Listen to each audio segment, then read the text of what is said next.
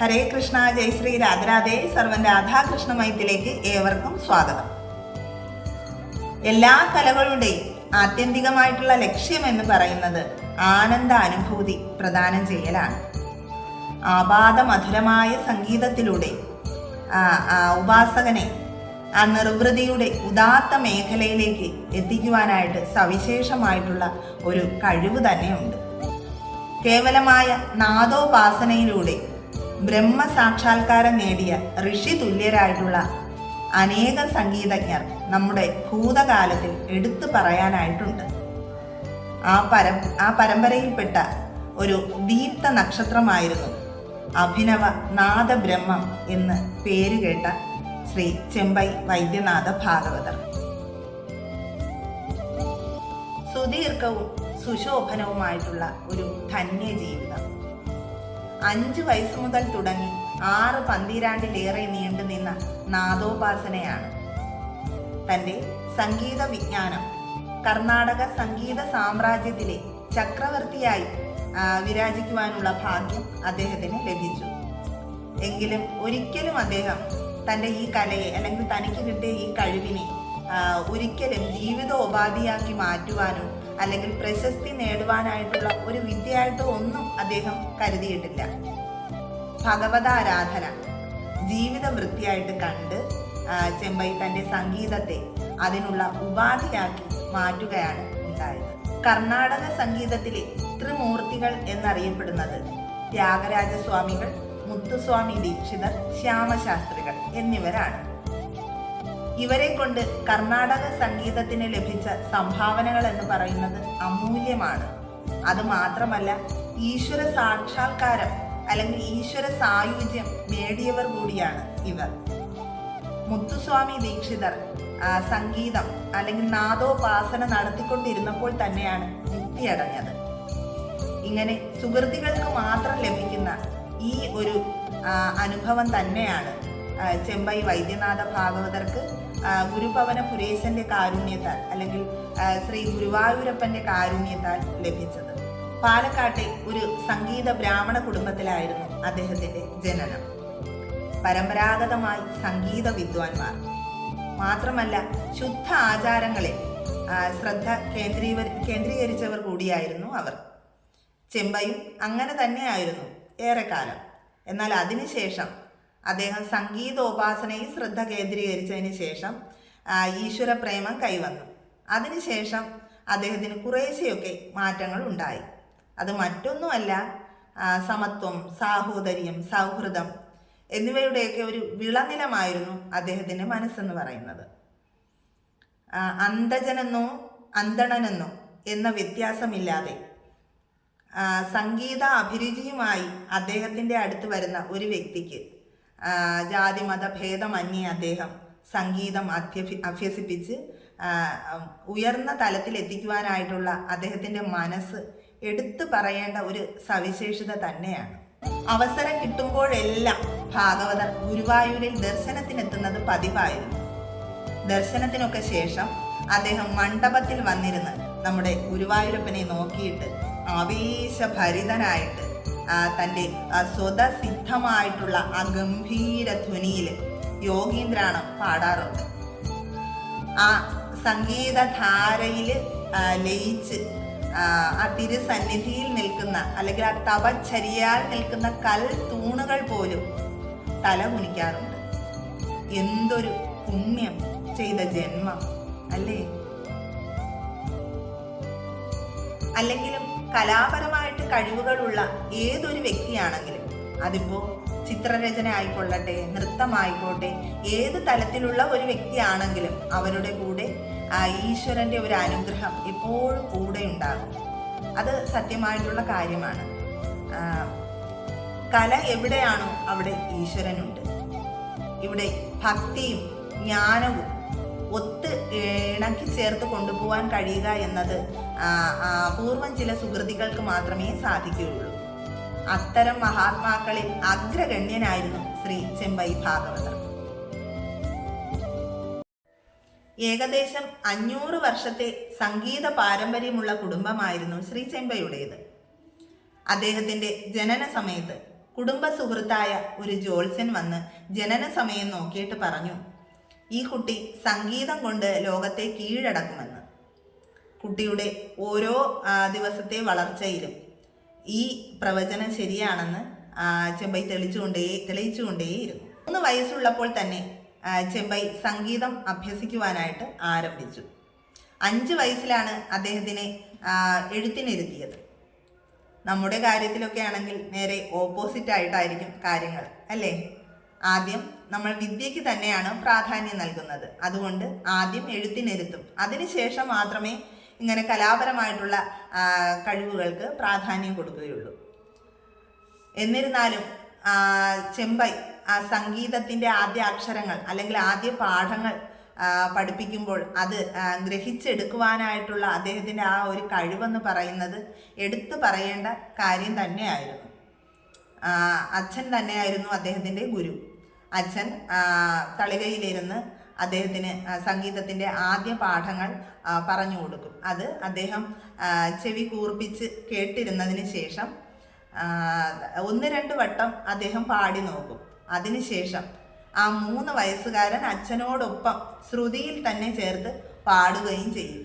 വയസ്സ് 3 ആണെന്നുള്ളത് നമ്മൾ ഓർക്കേണ്ട ഒരു പ്രധാനപ്പെട്ട കാര്യം തന്നെയാണ്. 1904 ചെമ്പൈ സഹോദരന്മാർ അരങ്ങേറ്റം കുറിച്ചത്. അതിനു മുൻപ് തന്നെ ചെമ്പൈ ഗ്രാമത്തിലും അയൽ ഗ്രാമങ്ങളിലുമായി കുട്ടികൾക്ക് ധാരാളം കച്ചേരികൾ നടത്താനുള്ള അവസരങ്ങൾ ലഭിച്ചിരുന്നു. എന്നാൽ സംഗീതത്തിൽ കൂടുതൽ പ്രാവീണ്യം നേടിയതിന് ശേഷം മാത്രം മതി അരങ്ങേറ്റം എന്ന് അദ്ദേഹത്തിൻ്റെ അച്ഛന് നിർബന്ധമുണ്ടായിരുന്നു. ചെമ്പൈയിലുള്ള ശ്രീ പാർത്ഥസാരഥി ഗുരുവായൂരപ്പൻ ക്ഷേത്രത്തിൽ വെച്ചായിട്ടായിരുന്നു അരങ്ങേറ്റം. ഈ അരങ്ങേറ്റത്തിന് ശേഷം കുട്ടികൾക്ക് ധാരാളം കച്ചേരികൾ നടത്തുവാനുള്ള അവസരങ്ങൾ ലഭിച്ചു. എന്നാൽ എവിടെ കച്ചേരി നടത്താൻ പോയാലും കുട്ടികളെ പ്രതിഫലം വാങ്ങാൻ അച്ഛൻ ഒരിക്കലും അനുവദിച്ചിരുന്നില്ല. തൻ്റെ കുട്ടികൾക്ക് പണത്തേക്കാളേറെ ഈശ്വര അനുഗ്രഹവും മഹാന്മാരുടെ ആശീർവാദവുമാണ് വേണ്ടത് എന്ന് അദ്ദേഹം ഉറച്ചു വിശ്വസിച്ചിരുന്നു. കച്ചേരികൾ കൂടി വന്നതോടൊപ്പം ചെമ്പൈ സഹോദരന്മാർ സ്വരങ്ങളും രാഗപ്രസ്ഥാനങ്ങളും ഒക്കെ പാടിത്തുടങ്ങി. ഇങ്ങനെ ഈ ചെറുപ്രായത്തിൽ തന്നെ ഇങ്ങനെ സംഗീത സദ്യ ഒരുക്കാൻ ഭാഗ്യം ലഭിച്ചവർ വളരെ വിരളമാണ്. ഒരിക്കൽ ചെമ്പൈക്കും തൻ്റെ സഹോദരനും അതിരസകരമായ ഒരു അനുഭവം ഉണ്ടായി. പാലക്കാട്ടെ പോസ്റ്റ് മാസ്റ്ററായ വിശ്വനാഥൻ അയ്യരുടെ മകളുടെ വിവാഹത്തിന് സംഗീത കച്ചേരി നടത്തുവാനായിട്ട് ഒരു ക്ഷണം ലഭിച്ചു. അദ്ദേഹം അവിടെ ചെന്നപ്പോൾ അതിവിശാലമായിട്ടുള്ള ഒരു സംഗീത സദസ്സ് തന്നെ അവിടെ ഉണ്ടായിരുന്നു ഈ പാട്ട് കച്ചേരി കേൾക്കാനായിട്ട്. അദ്ദേഹം വളരെ മനോഹരമായി തന്നെ പാടിത്തുടങ്ങി. അപ്പോൾ സദസ്സിലിരുന്ന ഒരാൾ എണീറ്റ് നിന്നിട്ട് പറഞ്ഞു, ഭാഗവതരെ, അങ്ങ് യവരണി പാടണമെന്ന്. യവരണി എന്ന് പറയുന്നത് പ്രസിദ്ധമായ ഒരു ത്യാഗരാജ കൃതിയാണ്. അപ്പോൾ ചെമ്പൈ പറയും, എനിക്ക് ആ കീർത്തനം അറിയാം, പക്ഷേ അതിൻ്റെ മുറയനുസരിച്ച് അത് പാടിക്കഴിഞ്ഞാൽ ചിലപ്പോൾ മഴ പെയ്തേക്കാം എന്ന്. അപ്പോൾ സദസ്സിലിരുന്ന ആൾക്കാരെല്ലാം പറയും, കുറച്ച് പേർ പറയും, അന്തരീക്ഷമൊക്കെ നല്ല തെളിഞ്ഞ അന്തരീക്ഷമാണ്, ഒരു തുണ്ട് കാർമേഘം പോലും കാണാനില്ല, എന്തായാലും അത് പാടി കേൾക്കണമെന്ന് ആഗ്രഹമുണ്ട്, അങ്ങെന്തായാലും അത് പാടിയേ ഒക്കൂ എന്നൊക്കെ പറഞ്ഞു.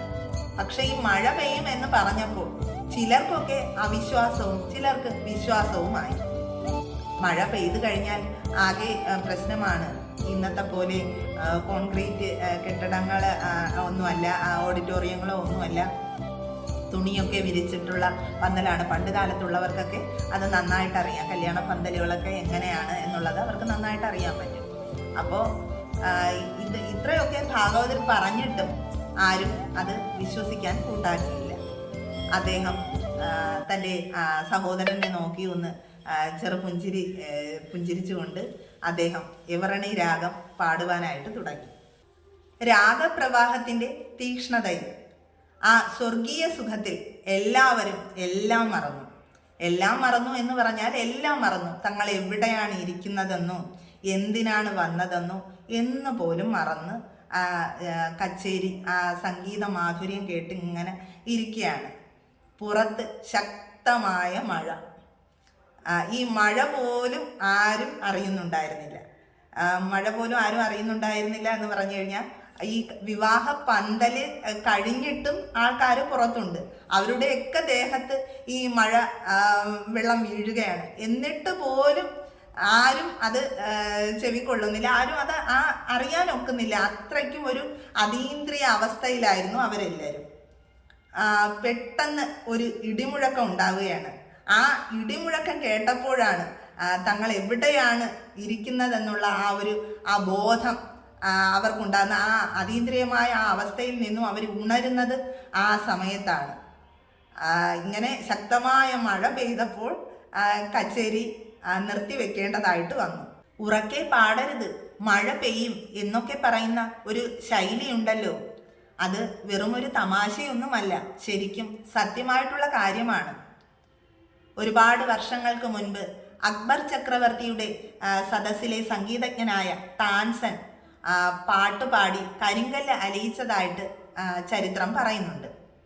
അതുപോലെ തന്നെ കർണാടക സംഗീതത്തിലെ ത്രിമൂർത്തികളിൽ ഒരാളായ മുത്തുസ്വാമി ദീക്ഷിതർ വെള്ളം കിട്ടാതെ ഉണങ്ങി വരേണ്ട പ്രദേശത്ത് അമൃതവർഷിണി രാഗം പാടി മഴ പെയ്യിച്ചതായിട്ട് ഒരുപാട് കഥകളിൽ പറയുന്നുണ്ട്.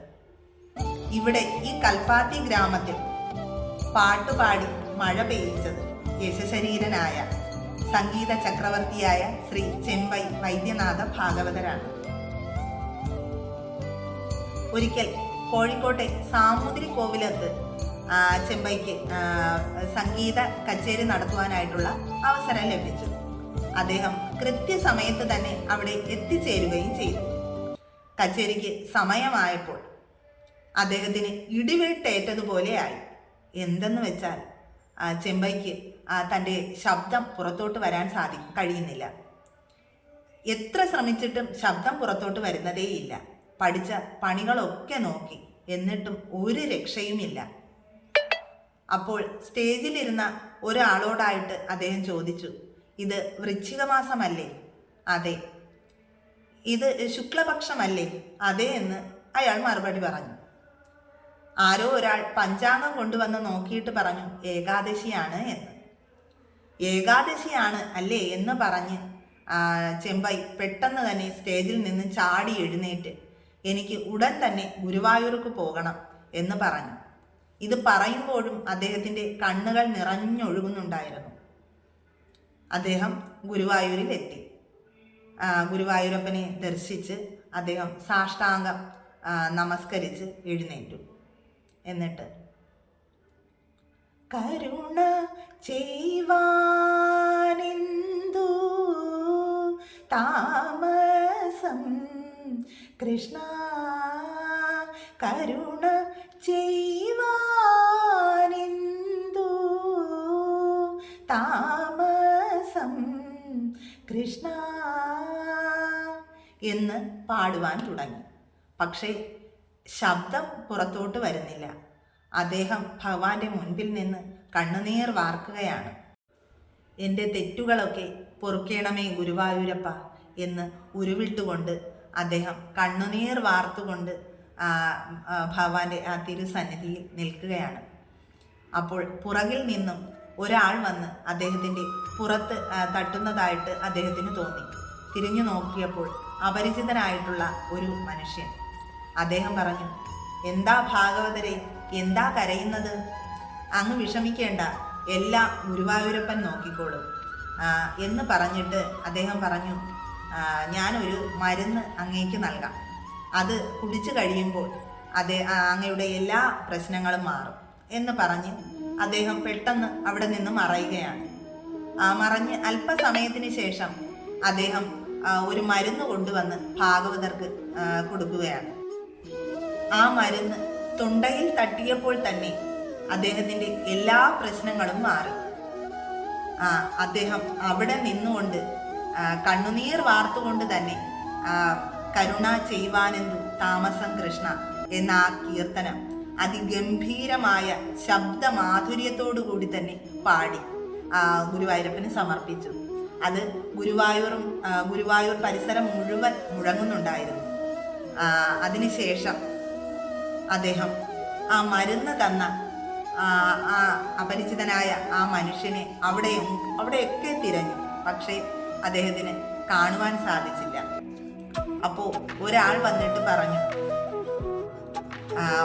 മേൽപ്പത്തൂർ ഭട്ടപാദർക്ക് അദ്ദേഹത്തിന്റെ വാതരോഗം മാറ്റിക്കൊടുത്തത് സാക്ഷാൽ ശ്രീ ഗുരുവായൂരപ്പനല്ലേ? അങ്ങയുടെ ശബ്ദവും തിരികെ തന്നത് ഗുരുവായൂരപ്പനല്ലാതെ മറ്റാരാണ് എന്ന്. അതെ, അത് സത്യമാണ്. വൈദ്യനായിട്ട് വന്നത് സാക്ഷാൽ ശ്രീ ഗുരുവായൂരപ്പൻ തന്നെയായിരുന്നു. അടുത്ത ദിവസം തന്നെ അദ്ദേഹം കോഴിക്കോട്ടെ സാമൂതിരി കോവിലകത്ത് തിരിച്ചെത്തുകയും മുടങ്ങിയ സംഗീത കച്ചേരി അതിമനോഹരമായി തന്നെ നടത്തുവാനായിട്ട് അദ്ദേഹത്തിന് സാധിക്കുകയും ചെയ്തു. അന്ന് മുതൽ സംഗീത കച്ചേരി നടത്തി കിട്ടിക്കഴിഞ്ഞാൽ ലഭിക്കുന്ന പണം മുഴുവൻ അദ്ദേഹം ഗുരുവായൂർ ക്ഷേത്രത്തിലേക്ക് നൽകുവാൻ ആരംഭിച്ചു. മാത്രമല്ല, എല്ലാ ഏകാദശികളിലും അദ്ദേഹത്തിൻ്റെ സംഗീതാർച്ചനയും ഉണ്ടാകുമായിരുന്നു. എല്ലാ വർഷവും വൃശ്ചിക മാസത്തിലെ വെളുത്ത പക്ഷത്തിൽ വരുന്ന ഏകാദശിക്ക് ചെമ്പൈ ഭാഗവതരുടെ സംഗീതാർച്ചന അവിടെ മുടങ്ങാതെ നടക്കുവാൻ ആരംഭിച്ചു. തൻ്റെ 8ാമത്തെ വയസ്സ് മുതൽ ആരംഭിച്ച സംഗീത കച്ചേരി 78 വയസ്സ് പൂർത്തിയാക്കുന്നവരെയും ഒരു മുടക്കവുമില്ലാതെ നടന്നുകൊണ്ടേയിരുന്നു. ഇത്രയും ഒരു മഹത് ഭാഗ്യം മറ്റ് സംഗീതജ്ഞർക്ക് ആർക്കും തന്നെ ലഭിച്ചിട്ടുണ്ടായിരുന്നില്ല. 1974 ഒക്ടോബർ മാസം 11-ാം തീയതി, അന്ന് ഒരു വെള്ളിയാഴ്ചയായിരുന്നു. അദ്ദേഹത്തിന് പിറ്റേ ദിവസം, അതായത് 12-ാം തീയതി തൃശ്ശൂരത്തെ ത്യാഗബ്രഹ്മസഭയിൽ ഒരു കച്ചേരി ഉണ്ടായിരുന്നു. എന്നാൽ 11-ാം തീയതി വെള്ളിയാഴ്ച ആയതുകൊണ്ട് തന്നെ വീട്ടുകാരും അദ്ദേഹത്തെ യാത്ര പോകുവാനായിട്ട് അനുവദിച്ചില്ല. എന്നാൽ പിറ്റേ ദിവസം കച്ചേരി ഉള്ളതുകൊണ്ട് അദ്ദേഹത്തിന് യാത്ര മുടക്കുവാനായിട്ട് സാധിക്കില്ലായിരുന്നു. അതുകൊണ്ട് തന്നെ മറ്റുള്ളവരുടെ വാക്കുകളെയൊക്കെ അദ്ദേഹം അവഗണിച്ചുകൊണ്ട് അദ്ദേഹം യാത്ര പുറപ്പെട്ടു. അദ്ദേഹം പോകുമ്പോഴും ഇപ്രകാരം പറയുന്നുണ്ടായിരുന്നു, ഇനി അരുതാത്തത് എന്തെങ്കിലും സംഭവിച്ചാലും എനിക്ക് വിഷമമൊന്നുമില്ല. കാരണം ഗുരുവായൂരപ്പൻ ഈ വയസ്സാം കാലത്തും എന്നെ പാടിച്ചുകൊണ്ടിരിക്കുകയല്ലേ. അതുമാത്രമല്ല, ഞാനിപ്പോഴും അദ്ദേഹത്തിന് കടക്കാരനാണ് എന്നും പറഞ്ഞുകൊണ്ടാണ് അദ്ദേഹം യാത്ര പോകുന്നത്. യാത്രയിലും അദ്ദേഹം ഒന്ന് പറയുന്നുണ്ടായിരുന്നു, ഗുരുവായൂരപ്പൻ എനിക്ക് അനായാസേനയുള്ള ഒരു മരണം നൽകണമേ എന്ന്. ഓരോ മനുഷ്യനും നാമം ജപിക്കുമ്പോൾ തൻ്റെ ഒരു നാമമായിട്ട് ഉൾപ്പെടുത്തേണ്ട ഒന്നാണ് ഈ ശ്ലോകം. അനായാസേന മരണം വിനാ ദൈന്യേന ജീവിതം ദേഹിമേ കൃപയാ കൃഷ്ണ ത്വയ് ഭക്തി മചഞ്ചല.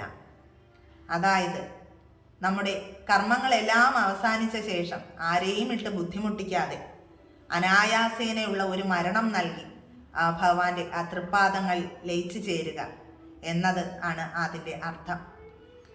ഈ ചെറുപ്പമൊക്കെ അങ്ങ് മാറും. വയസ്സ് കാലമാകുമ്പോൾ ആരെയും ആശ്രയിക്കാതെ ഒരു മരണം ലഭിക്കണമേ എന്ന് തന്നെ ആയിരിക്കണം എല്ലാവരുടെയും പ്രധാനപ്പെട്ട ഒരു പ്രാർത്ഥന എന്നത്. അങ്ങനെ ഈശ്വരൻ എല്ലാവർക്കും അതുപോലെ ഒരു അനുഗ്രഹം നൽകട്ടെ എന്ന് നമുക്ക് ഏവർക്കും പ്രാർത്ഥിക്കാം. അതിനോടൊപ്പം എല്ലാ ദിവസവും ഈ ഒരു നാമജപം അല്ലെങ്കിൽ ഈ ഒരു ശ്ലോകം മുടങ്ങാതെ ജപിക്കുന്നത് അതിവിശേഷമാണ്. അങ്ങനെ ആ കച്ചേരി നടന്നതിന് ശേഷം അദ്ദേഹം ഒറ്റപ്പാലത്തെ തൻ്റെ സംഗീതം പഠനത്തിന് ശേഷം ആദ്യമായി അരങ്ങേറ്റം കുറിച്ച പൂഴിക്കുന്നം ശ്രീകൃഷ്ണസ്വാമി ക്ഷേത്രത്തിലായിരുന്നു അടുത്ത കച്ചേരി. അങ്ങനെ അദ്ദേഹം അവിടെ എത്തിച്ചേർന്നു. കച്ചേരി അതിഗംഭീരമായി തന്നെ അദ്ദേഹം പാടി. ഇതുവരെയും പാടാത്ത പല കീർത്തനങ്ങളും അദ്ദേഹം ആ കച്ചേരിയിൽ ഉൾപ്പെടുത്തി. അതുമാത്രമല്ല, വന്ദേ മാതരം അതിഗംഭീരമായി തന്നെ അദ്ദേഹം പാടി. അവസാനം മംഗളം പാടി കീർത്തനം അവസാനിപ്പിച്ചു. അതിനുശേഷം അദ്ദേഹം ഒളപ്പമണ്ണയിലെ ഇല്ലത്തേക്ക് പോയി. അവിടെ എത്തിയപ്പോൾ അദ്ദേഹത്തിന് കലശലായ ക്ഷീണം അനുഭവപ്പെട്ടു. എങ്കിലും അദ്ദേഹം ആരോടും ഒന്നും പറഞ്ഞില്ല. കുറച്ച് കഴിഞ്ഞപ്പോൾ ക്ഷീണം കൂടി വന്നു. അദ്ദേഹത്തിൻ്റെ കൈയും മുഖവും കാലുമൊക്കെ കഴുകിച്ച് കൊണ്ടുവന്നു. അപ്പോൾ അദ്ദേഹം പറഞ്ഞു, എനിക്ക് നിലത്തൊന്ന് കിടക്കണമെന്ന്. അങ്ങനെ അദ്ദേഹത്തെ നിലത്ത് കിടത്തി. അപ്പോൾ ശരീരമൊക്കെ ഒരു വല്ലാത്ത അവസ്ഥയിലായിരുന്നു. എല്ലാവർക്കും പന്തികേടാണെന്ന് മനസ്സിലായി. എല്ലാവരും ഉത്കണ്ഠാകുലരായി അദ്ദേഹത്തെ നോക്കുകയാണ്. എല്ലാവരും കൃഷ്ണ, ഗുരുവായൂരപ്പ, നാരായണ എന്ന് നാമം ജപിക്കുവാൻ തുടങ്ങി. കൃഷ്ണ, ഗുരുവായൂരപ്പ, നാരായണ എന്ന് ഭഗവാന്റെ പേരുകൾ പറഞ്ഞ് ജപിക്കുമ്പോൾ തന്നെ ചെമ്പൈ അന്ത്യശ്വാസം വലിക്കുകയും ചെയ്തു. സ്വാമിയുടെ മരണശേഷം ഏകാദശി ഉത്സവം ചെമ്പൈ സംഗീത ഉത്സവമാക്കി മാറ്റുവാൻ ഗുരുവായൂർ ദേവസ്വം തീരുമാനിച്ചു. അങ്ങനെ 1974 ഏകാദശി ഉത്സവം ചെമ്പൈ സംഗീതോത്സവമായി നാമകരണം ചെയ്യപ്പെട്ടു. അതിൻ്റെ സുഗമമായ നടത്തിപ്പിന് വേണ്ടിയിട്ട് അവർ ഒരു സബ് കമ്മിറ്റിയെ രൂപീകരിക്കുകയും ചെയ്തു. അവർ ഗംഭീരമായി തന്നെ അത് നടത്തിക്കൊണ്ട് പോകുന്നു. വളരെ വർഷങ്ങളായി 13 ദിവസങ്ങളായി നടത്തി വരുന്ന സംഗീത ഉത്സവ ആഘോഷമാണ് ചെമ്പൈ സംഗീതോത്സവം എന്ന് പറയുന്നത്. ഇതുവരെയുമുള്ള കണക്കെടുത്തു കഴിഞ്ഞാൽ ഒരുപാട് കലാകാരന്മാരുടെ എണ്ണത്തിലായാലും അതുപോലെ തന്നെ സംഗീതാർച്ചനയുടെ സമയദൈർഘ്യം എടുത്തിട്ടാണെങ്കിലും നമ്മുടെ രാജ്യത്ത് ഇതുപോലെ മറ്റൊരു സംഗീത ഉത്സവം നടക്കുന്നുണ്ടോ എന്ന് സംശയിക്കേണ്ടിയിരിക്കുന്നു. ഒരു സംഗീത വിദ്വാന്റെ പേരിൽ നടക്കുന്ന ഒരേ ഒരു ആഘോഷം അല്ലെങ്കിൽ ഒരേ ഒരു ഉത്സവം എന്ന് പറയുന്നത് ചെമ്പൈ സംഗീതോത്സവം മാത്രമാണ്. ഗുരുവായൂർ ദേവസ്വം ഈ സംഗീത സദസ്സിൽ പങ്കെടുക്കാനെത്തുന്ന എല്ലാ കലാകാരന്മാർക്കും താമസ സൗകര്യവും ഭക്ഷണ സൗകര്യവും ഏർപ്പാട് ചെയ്തു കൊടുക്കും. മാത്രമല്ല, ഓൾ ഇന്ത്യ റേഡിയോ ചെമ്പൈ സംഗീതോത്സവം പ്രക്ഷേപണം ചെയ്യാറുമുണ്ട്. ഗുരുവായൂർ ഏകാദശി ഉള്ളിടത്തോളം കാലം ചെമ്പൈ സംഗീതോത്സവവും ഉണ്ടാകും. അതിന് ഒരു മാറ്റവും ഉണ്ടാകില്ല. നാദസുധയുടെ കീർത്തി സ്തംഭമായി ചെമ്പൈ ഇന്നും ജനഹൃദയങ്ങളിൽ ജീവിക്കുന്നു. ഒരു ഭക്തന് തൻ്റെ ഭഗവാനിൽ നിന്നും ഇതിൽ കൂടുതലായിട്ട് എന്താണ് നേടാനായിട്ടുള്ളത്? വരും വർഷങ്ങളിലും ചെമ്പൈ സംഗീത ഉത്സവം അതിവിപുലമായ രീതിയിൽ തന്നെ ആഘോഷിക്കുവാൻ ഇടവരുത്തട്ടെ എന്ന് അതിയായി ആഗ്രഹിക്കുകയും പ്രാർത്ഥിക്കുകയും ചെയ്യുന്നു. അതോടൊപ്പം ഇതിൻ്റെ പിന്നിൽ പ്രവർത്തിക്കുന്ന എല്ലാവർക്കും ഭഗവാന്റെ അനുഗ്രഹം ഉണ്ടാകട്ടെ എന്ന് പ്രാർത്ഥിക്കുന്നു. അത് മാത്രമല്ല, ചെമ്പൈ സംഗീത വേദിയിൽ ഒരു പ്രാവശ്യമെങ്കിലും ഭഗവാന് സംഗീതാർച്ചന നടത്തുവാനായിട്ട് ആഗ്രഹിക്കുന്ന, ഭഗവാനെ ഒത്തിരി സ്നേഹിക്കുന്ന, അല്ലെങ്കിൽ ചെമ്പൈ ഭാഗവതരെ ഒത്തിരി സ്നേഹിക്കുന്ന അനേകം പേരുണ്ട്. വരും വർഷങ്ങളിലും അവരുടെ എല്ലാം അപേക്ഷകൾ പരിഗണിക്കട്ടെ, ഭഗവാൻ പരിഗണിക്കട്ടെ, അവർക്കൊക്കെ അവസരം ലഭിക്കട്ടെ എന്ന് പ്രാർത്ഥിച്ചുകൊണ്ട് സർവം ശ്രീ രാധാകൃഷ്ണാർപ്പണമസ്തു. ജയ് ശ്രീ രാധേ രാധേ.